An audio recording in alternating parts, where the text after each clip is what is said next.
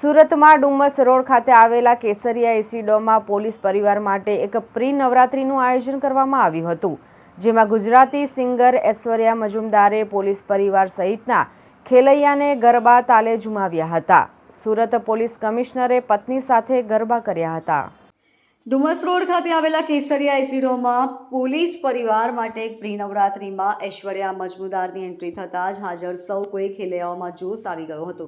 Police પરિવાર માટે યોજાયેલી આ પ્રી નવરાત્રીમાં મોટી સંખ્યામાં police constable, PI, ACB, DCB, JCB અને પોલીસ કમિશનર પણ પરિવાર સાથે હાજર રહ્યા હતા અને ગરબે ઘૂમ્યા હતા.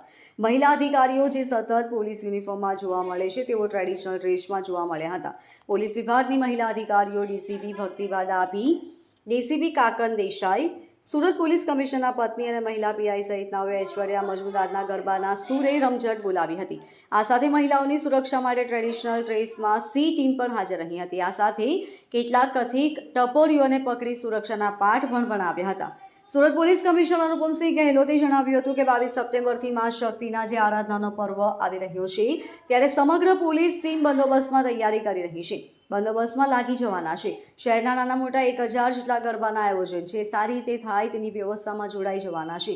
ત્યારે આજે જે એક આયોજન કરવામાં આવ્યું છે જેમાં અમારા પોલીસ પરિવારના લોકોના નવરાત્રી પહેલા રાત્રિ બિફોર નવરાત્રી તરીકે ગરબાના આયોજન કરવાની એક તક મળી છે.